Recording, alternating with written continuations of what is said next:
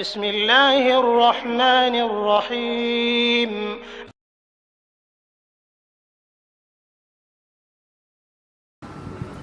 الحمد لله نحمده ونستعينه ونستغفره ونؤمن به ونتوكل عليه نعوذ بالله من شرور انفسنا ومن سيئات اعمالنا اما بعد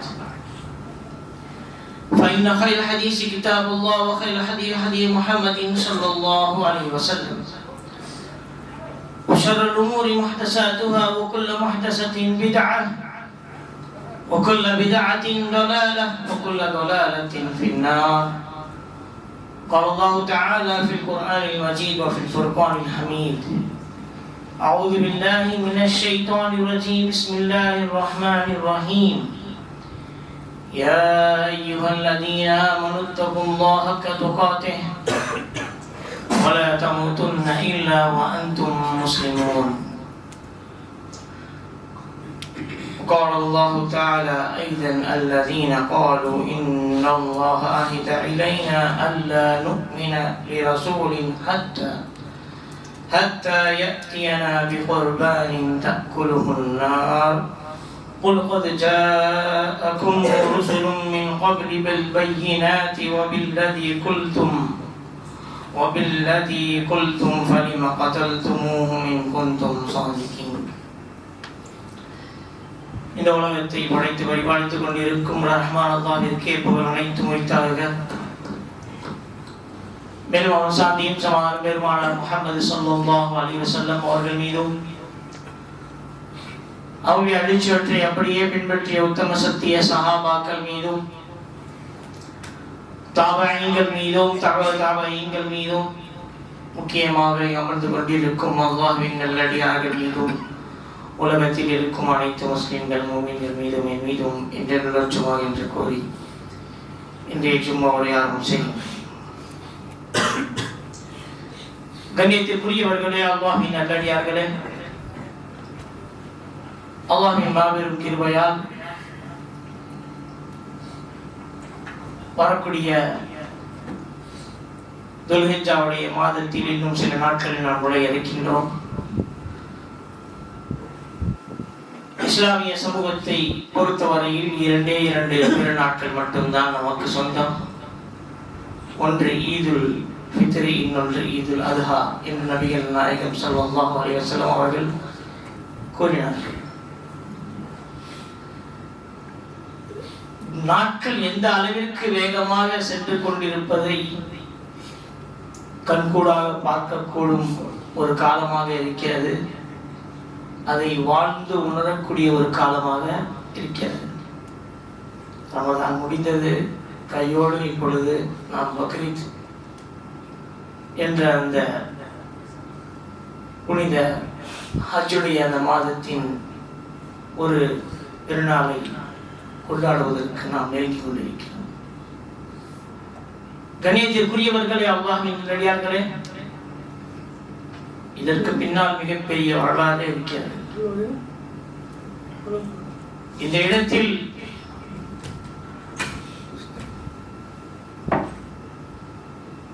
நபிமார்களும் நபிமார்களுடைய குடும்பத்துடைய வரலாறும் அடங்கியிருக்கிறது. இதற்கு பின்னணி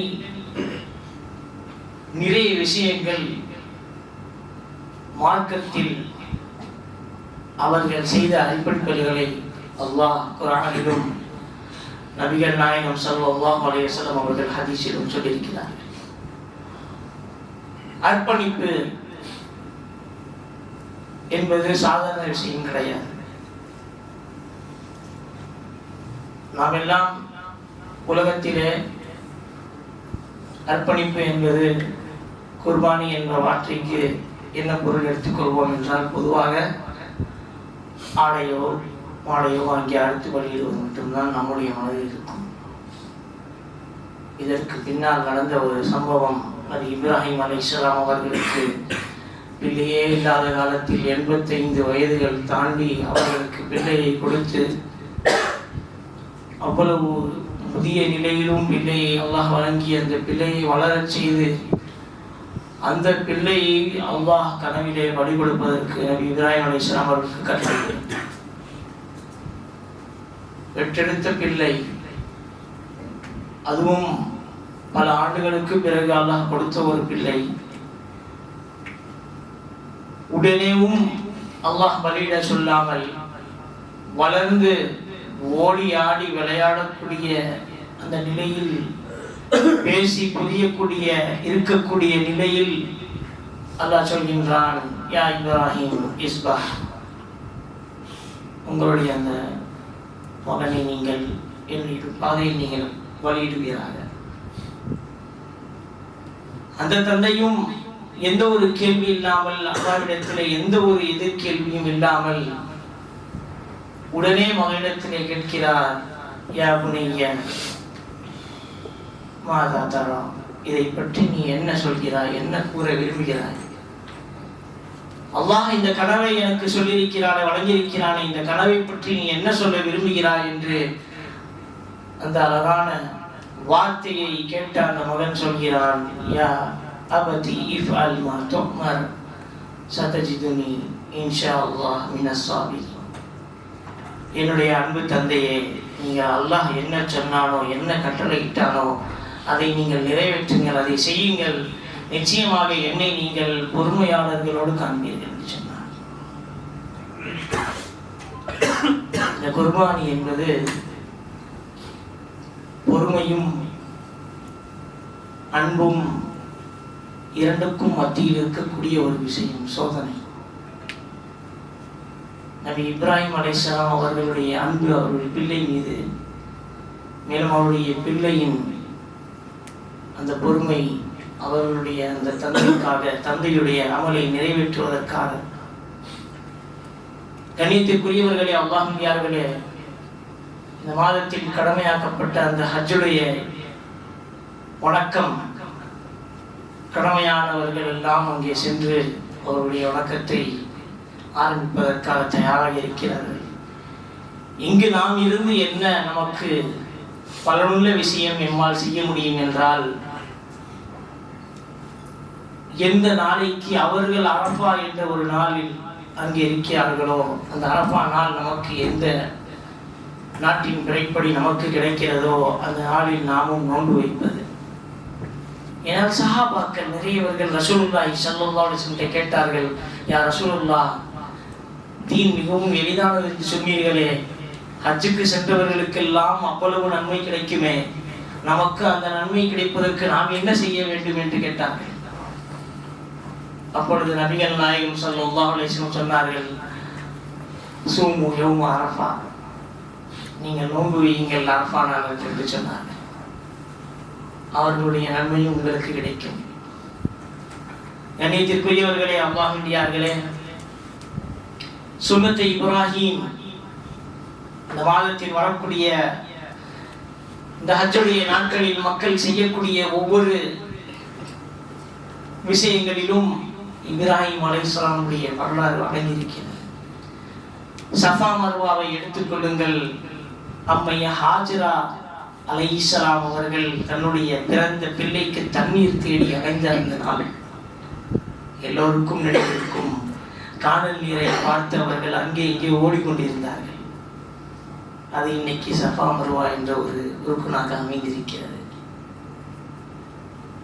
அதுபோல் எப்படி ஷைத்தான் இடையிலே இப்ராஹிம் அலைஹிஸ்ஸலாம் அவர்களுக்கு அவர்களுடைய செயலிலிருந்து தடுப்பதற்கு இடையில் பல ரூபங்களை கொண்டு 3 முறை இப்ராஹிம் அலைஹிஸ்ஸலாம் அவர்களுடைய அர்ப்பணிப்பை தடுப்பதற்கு அவன் வந்தானே, அது இன்று ஜமராவர்களாக அந்த இடத்தில் அமைக்க வைக்கப்பட்டிருக்கிறது.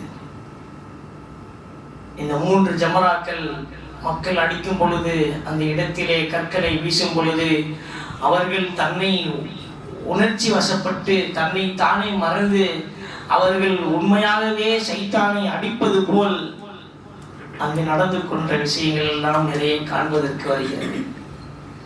உண்மையாக அந்த இடத்தில் சைத்தானை அடிப்பது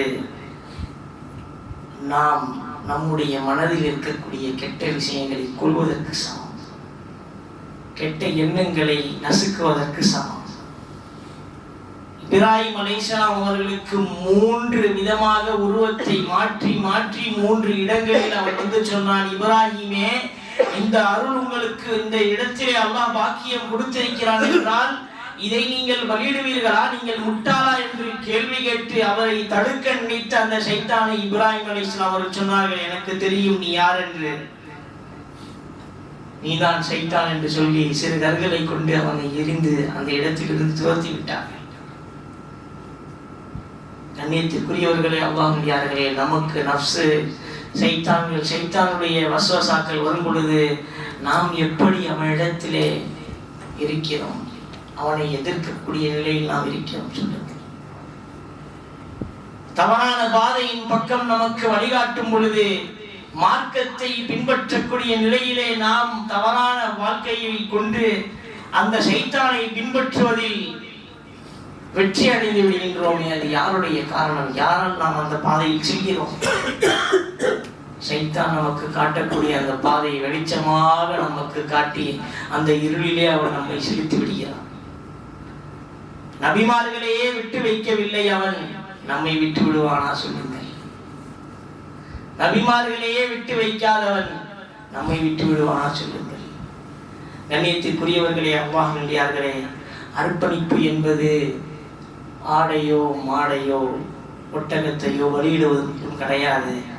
அல்லாஹ்விற்காக நீங்கள் நேரத்தை ஒதுக்குவதும் உங்களுடைய வாழ்க்கையை நீங்கள் செய்யக்கூடிய அர்ப்பணிப்பு தான். உங்களுடைய பிள்ளைகளை வளர்ப்பதில் உங்களுடைய நேரங்களை நீங்கள் செலவு செய்வதும் அர்ப்பணிப்பு தான். ஒரு பெண் ஒரு ஆண் மகனை திருமணம் செய்து அவருடைய வீட்டிலிருந்து அவள் கிளம்பும் பொழுது ஆசைகளை எல்லாம் மூட்டை கட்டி வைத்து அவள் வருவது அதுவும் பெரிய அர்ப்பணிப்பு தான். நம்முடைய மனதில் இன்று நாம் அர்ப்பணிப்பு என்பதை வெறும் அல்லாஹ்வுடைய பாதையில் பிராணிகளை பலியிடுவது என்று நினைத்திருக்கிறோமே, இது கிடையாது. சஹாபாக்கள் ஹிஜ்ரத் செய்யும் பொழுது குடும்பம் பிள்ளைகளை எல்லாம் விட்டு அல்லாஹ்வுடைய பாதையில் அல்லாஹ்வுக்காக ஹிஜ்ரத் செய்தார்களே, அதுவும் அர்ப்பணிப்பு தான்.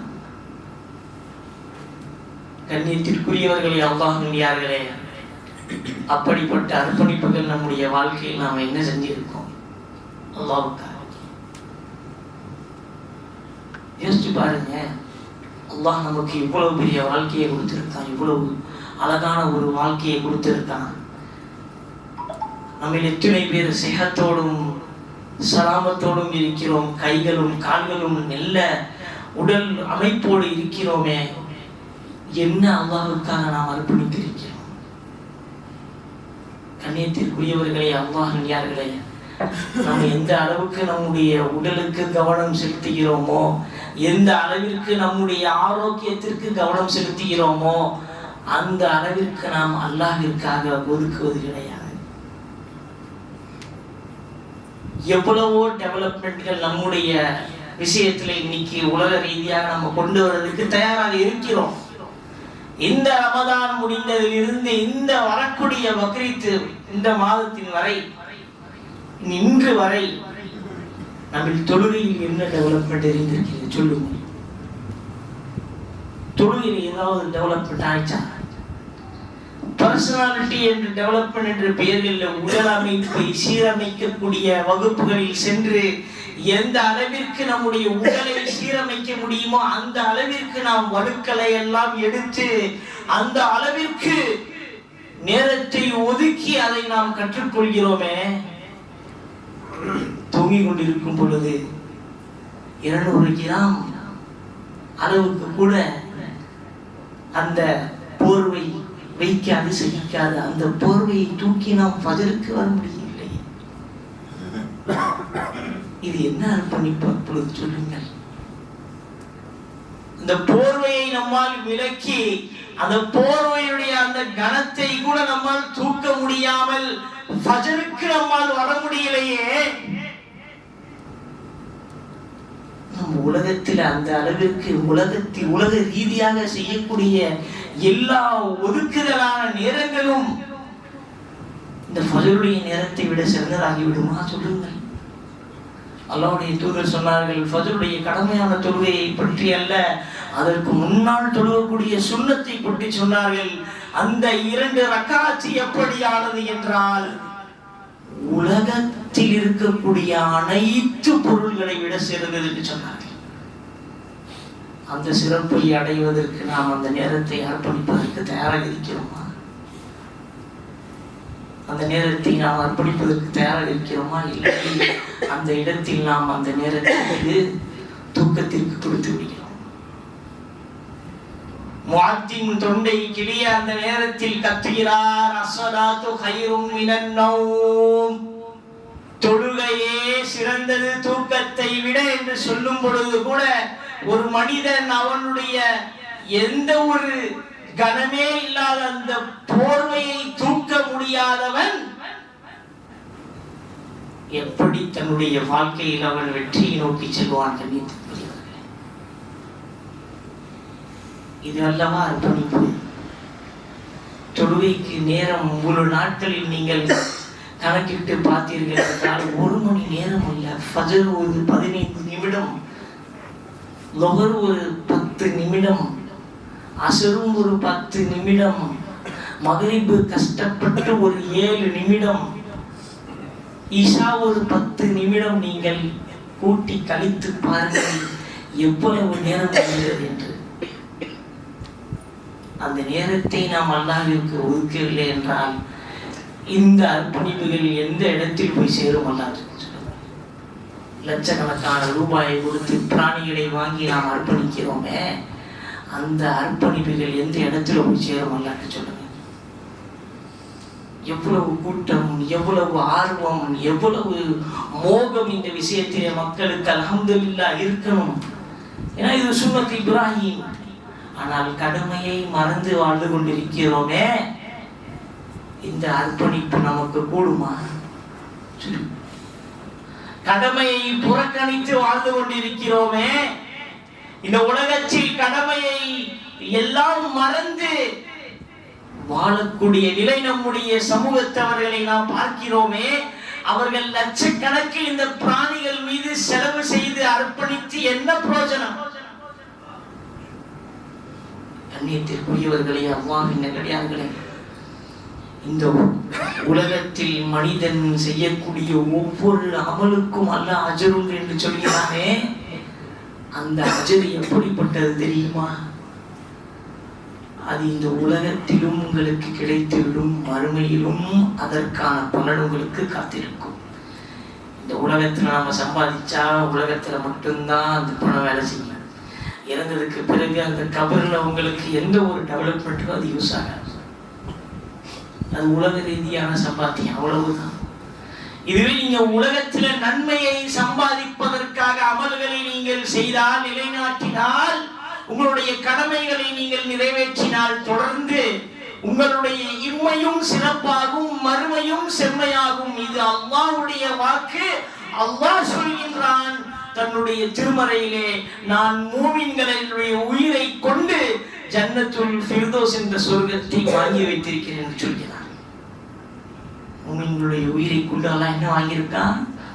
சொர்க்கத்தை வாங்கி வச்சிருக்கான். இந்த உலகத்துல சில நாட்கள், சில காலங்கள், சில மணி நேரங்களுடைய சுகத்தை அனுபவிப்பதற்காக நாம் படாத பாடுபடுகிறோம், கஷ்டப்படுகிறோம், உழைக்கிறோம், இரவு பகலாக வேலை செய்கிறோம், பேங்க் பேலன்ஸ் என்று எவ்வளவோ விஷயங்களை நாம் சேகரிக்கிறோம். ஆனால் நாம் இறக்கும் பொழுது நம்மளுடைய பெயரை கூட மக்களுடைய வாயில் கொண்டு வருவதற்கு நமக்கு சக்தி கிடையாது. என்ன அர்ப்பணித்து சென்று விட்டோம்? என்ன குருமானி செஞ்சிட்டோம்? நம்ம இறக்கிற நிலையில இருக்கும் பொழுது கூட நம்ம பேரை சொல்லுவாங்க. இறந்து விட்டால் நம்முடைய பேரு வெறும் மையத்து மட்டும்தான், ஜனாசா மட்டும்தான் நம்முடைய பேரு. உலகத்துல பெரிய சிஇஓவா இருந்திருக்கலாம், உலகத்துல பெரிய பெரிய இடத்துல பொறுப்புல இருந்திருக்கலாம், எவ்வளவோ பட்டப்படிப்பு தன்னுடைய பெயருக்கு பின்னாடி MBA, MPhil, PhD, MS எதுவும் போட்டிருக்கலாம். இறந்ததற்கு பிறகு மனிதன், ஏன் உங்களுடைய குடும்பம், உறவினர், உங்கள் மனைவி, உங்கள் பிள்ளைகள் சொல்லக்கூடிய ஒரு வார்த்தை என்ன? மையத்து ஜனாசா. அப்படி யோசிச்சு பாருங்க, இந்த உலகத்தில் நம்ம அல்லாஹ்வுக்காக என்ன அர்ப்பணிச்சிருக்கோம். நமக்காக அல்லாஹ் சொர்க்கத்தை வாங்கி வச்சிருக்குன்னு சொல்றானே, அந்த சொர்க்கத்தை அடைவதற்காக நம்ம என்ன அர்ப்பணிச்சிருக்கோம் சொல்லுங்க. நேரத்தை ஒதுக்கி இருக்கோமா? அல்லாஹ்வுக்கு நேரத்தை கொடுத்திருக்கோமா? அல்லாஹ்விடத்திலே உரையாடுவதற்கு நாம் எந்த அளவிற்கு நேரத்தை கொடுத்திருக்கிறோம் சொல்லுங்க. அல்லாஹ் என்னிடத்திலே பேசும் பொழுது நீங்கள் கூச்சப்பட வேண்டாம் என்று சொல்கிறான். நீங்கள் ஒளிவு மறைவில் இருந்து என்னிடத்திலே கேட்டாலும் சரி, நீங்கள் வெளிப்படையாக என்னிடத்திலே கேட்டாலும் சரி, நான் பதிலளிப்பதற்கு தயாராக இருக்கிறேன் என்று சொல்கிறார். அப்படி இருந்தும் உங்கள் எத்தனையவர்கள் இந்த நேரத்தை நாம் ஒதுக்கி அல்லாஹ்விடத்திலே பேசுவதற்கு தயாராக இருக்கிறோம். கண்ணியத்திற்குரியவர்களே, அல்லாஹ் நல்லியார்களே, இந்த பக்ரீத் வருது, எல்லாமே பிராணிகளை வாங்குறதுல பிஸியா இருக்காங்க. ஏன்? சில பேர் பெருமைக்காக வாங்குறாங்க. பெருமை, தன்னடக்கம், அந்த பெருமை அவர்கள் காட்ட வேண்டும் என்பதற்காக பிராணிகளை வாங்கி வருகிறார்கள். லட்சக்கணக்கான ரூபாய்களை அதன் மீது செலவு செய்து அவர்கள் வாங்கி அதை பலியிடுவதற்கு தயாராக இருக்கிறார்கள். காரணம் பெருந்தன்மை. நான் இவ்வளவு வசதி வாய்ந்தவன், என்னுடைய ஸ்டேட்டஸ் இப்படி இருக்கு, என்னுடைய முதலாள நான் போய் ஒரு 10,000 15,000 20,000 ஆடு வாங்கி விட்டுனா எனக்கு என்ன நிலைமை சொல்லுங்க. இன்னைக்கு குர்பானில அப்படி ஆயிடுச்சு.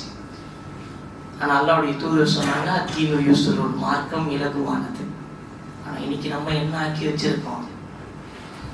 ஏழை பல மக்கள் கூட இன்னைக்கு குர்பானி கொடுக்கறதுக்கு தயாரா இருக்காங்க. யாருக்காக? யாரை பார்த்து? இன்னைக்கு பெருந்தன்மைக்காக குர்பானி கொடுக்கக்கூடிய இவர்களை பார்த்து. என்ன, எனக்கு திங்க காசு இல்லை, சோத்துக்கு வழி இல்லை, குடும்பத்தை பாதுகாக்க வழி இல்லை, இருந்தாலும் நான் குர்பானி கொடுப்பேன் அப்படின்னு ஒத்த கால நிற்கிறான். அப்படி மார்க்கம் கஷ்டப்படுத்த யாரையாவது? மார்க்கம் எப்பொழுதும் யாரையும் வற்புறுத்தது கிடையாதுங்க. அல்லாஹ் தன்னுடைய திருமறையில சொல்றான், சூரத்துல் பக்கரால, லா இக்ராஹ ஃபித்தீன், தீனில் எந்த ஒரு விதமான வற்புறுத்துதலும் கிடையாது, எந்த ஒரு விதமான வற்புறுத்துதலும் கிடையாது. அப்படி இருக்கும் பொழுது தீனை எதற்கு நீங்கள் கஷ்டமாக்கிறீர்கள்? எதற்கு நாம் இந்த இடத்திலே இந்த விஷயத்தை மக்களிடத்திலே கஷ்டமாக கொண்டு போய் சேர்க்கிறோம்? அவர்களும் அதை கொடுப்பதற்கு தயாராகிறார்கள். கண்ணியத்திற்குரியவர்களே, அல்லாஹ்வியார்களே, சக்காத்து யார் மீது கடமையோ அவர்கள் மீது இந்த குர்பானியும் கடமையாகும். ஏன்னா அவங்களுக்கு அவ்வளவு பொருள் இருக்கு, அவ்வளவு பொருளாதாரம் இருக்கு, அவ்வளவு தங்கம் இருக்கு, அவ்வளவு சம்பாத்தியம் இருக்கு, அவர்களுக்கு இது கடமை. ஆனா இன்னைக்கு கொடுக்கக்கூடிய அந்த நிலையை மக்கள் பார்த்து என்ன செய்யறான்? வீட்டுக்கு சோத்துல வழி இல்லை, அவனுக்கு உடைக்கு வழி இல்லை, அவன் குடும்பத்துக்கு கொடுக்க காசு இல்லை, அவன் வாடகைக்கு காசு இல்லைனாலும் கடன் வாங்கி குர்பானி கொடுக்கக்கூடிய நிலை இன்னைக்கு நாங்க பாக்குறோம். ஏன்? நானும் குர்பானி கொடுத்தேன்னு சொல்ற ஒரு வார்த்தைக்காக. இப்படிப்பட்ட குர்பானி அல்லாஹ் எதிர்பார்க்கிறான். ஆதமுடைய 2 மகன்கள் சண்டை போட்டு அல்லாஹ்வுடைய பாதையில குர்பானி கொடுக்க போனாங்களாம். மலையின் உச்சியிலே அவர்களுடைய பிராணிகளை வைத்தார்களாம். ஆதமுடைய 2 மகன்களுடைய குர்பானியிலே ஹாபிலுடைய குர்பானி ஏற்றுக்கொள்ளப்பட்டது, காபிலுடையது ஏற்றுக்கொள்ளப்படவில்லை. அந்த கொலை வெறியில் அவன் என்ன செய்து விட்டான்? அவருடைய சகோதரியை கொன்று விட்டான்.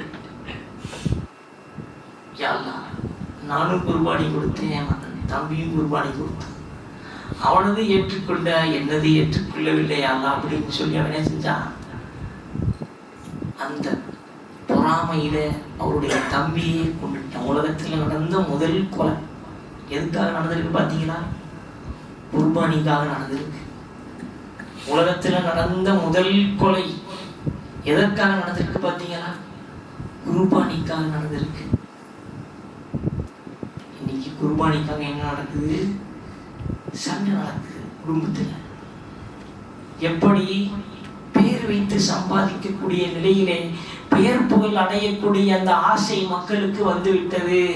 அதிகமாக மக்கள் நம்மை விரும்ப வேண்டும், நாம் செய்யக்கூடிய அமலை மக்கள் பார்க்க வேண்டும், நாம் செய்யக்கூடிய இந்த குர்பானி சாதாரணதாக இருக்கக்கூடாது. அல்லாஹ்வுக்காக நீ யோசிக்கிறதே கிடையாது. மக்கள், குடும்பம், பெயர், புகழ் அப்படின்னு போயிடுது குர்பானி. ஓப்பனா சொல்லணும்னா இன்னைக்கு 70% ஷோ ஆஃப் நடக்குது. நல்லா பாதுகாக்கணும், அல்லாஹ் இதிலிருந்து எல்லாரையும் பாதுகாக்கணும். மோசமான ஒரு செயல் இது.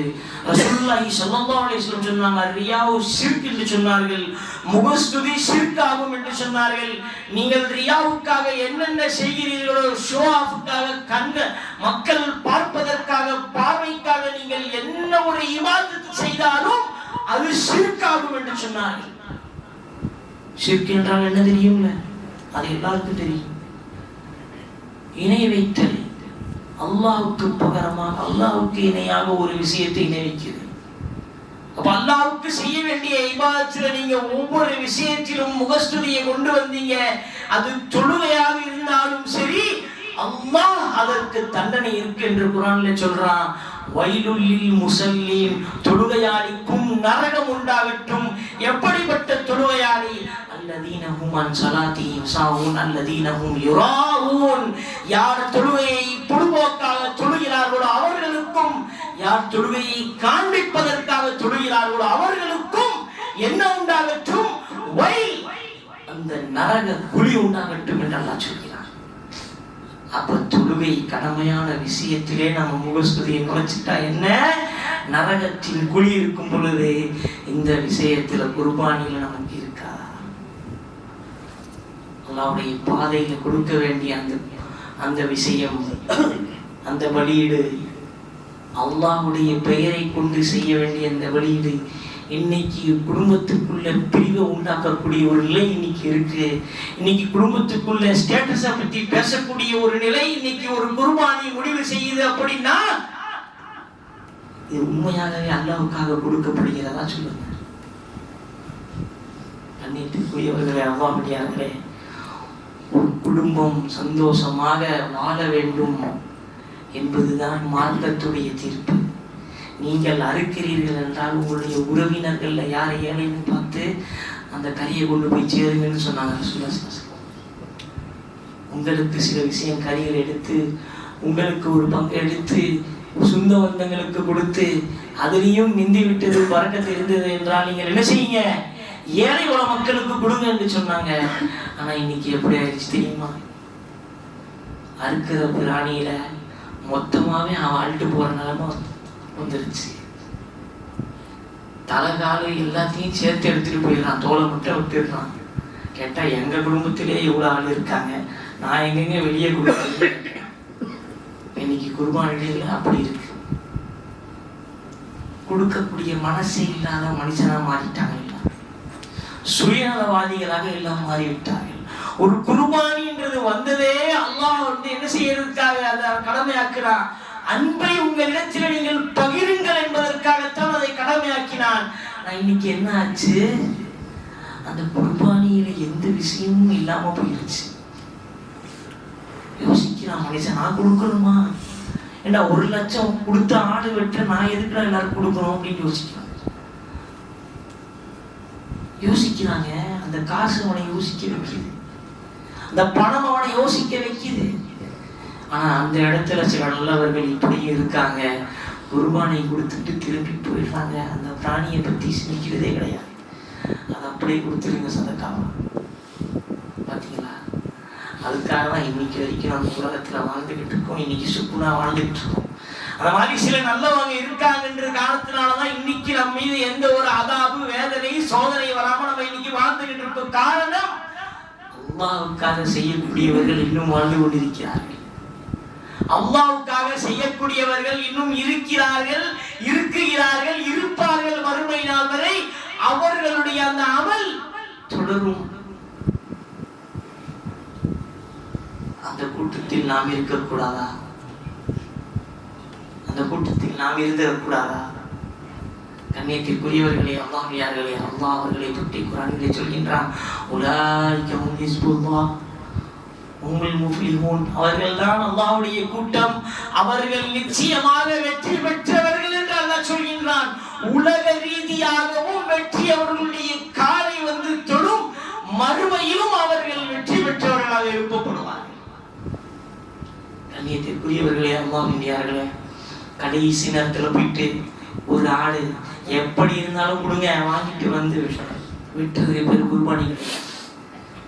இப்பவே பிராணியை வாங்கி உங்களால் முடிஞ்ச அளவுக்கு கூட வச்சு வளருங்க. முடியலையா எங்கேயாவது வச்சு வளர்த்து. அன்பு பிராணிகளுக்கும் இரக்கம் காட்டுவது மார்க்கம் சொல்கிறது. நினைத்துக்குரியவர்களே, பிராணிகளுக்கு இரக்கம் காட்டி ஒரு விபச்சாரன் சொர்க்கத்திற்கு சென்றும் உண்டு. பிராணிகளுக்கு எந்த ஒரு இரக்கம் காட்டாமல் கொடுமையான இருந்த ஒரு பெண்மணி, தொழுகையாளியாக இருந்த ஒரு பெண்மணி நரகம் சென்றதும் உண்டு. யோசிச்சு பாருங்க. குர்பானின்றது ஒரு ஹிஸ்டரி. அது சாதாரண ஒரு ஆடை வெட்டி பலியிட்டு வாயில போட்டு மென்னுகிட்டு இருக்கிறதுக்காக அது கிடையாது. அது ஒரு பெரிய வரலாறு. அதை புரிந்து நாம் செய்கிறோம் என்றால் நிச்சயமாக நம்முடைய அமலெல்லாம் ஏற்றுக்கொள்வோம். அல்லாஹ் நாம் அனைவருக்கும் வரக்கூடிய இந்த ஈதுல் அல்ஹாவிலே யாருக்கெல்லாம் அந்த சக்தியை கொடுத்திருக்கிறானோ அவர்களுக்கு ஹலாலான பணத்தோடு ஹலாலான சம்பாதியத்தோடு பிராணிகளை பெற்று எப்படிப்பட்ட பிராணிகள் மார்க்கத்தில் சொல்லப்பட்டிருக்கிறதோ அந்த அளவிற்கான பிராணிகளை அவர்கள் பெற்றுக்கொண்டு அறுப்பதற்கு அல்லாஹ் அவர்களுக்கு அருள் புரிவானாக. அவர்கள் செய்யக்கூடிய அமல்கள், நாம் செய்யக்கூடிய அமல்களை எல்லாம் அல்லாஹ் ஏற்றுக்கொள்வானாக. அரஃபா என்ற நோன்பு அந்த நாள் அன்று நமக்கு அனைவருக்கும் அல்லாஹ் நோன்பு நோற்பதற்கு அல்லாஹ் தௌஃபீக் தருவானாக. ஆமீன். வாஹிர் தான். அல்ஹம்துலில்லாஹி ரப்பில் ஆலமீன். அஸ்ஸலாமு அலைக்கும்.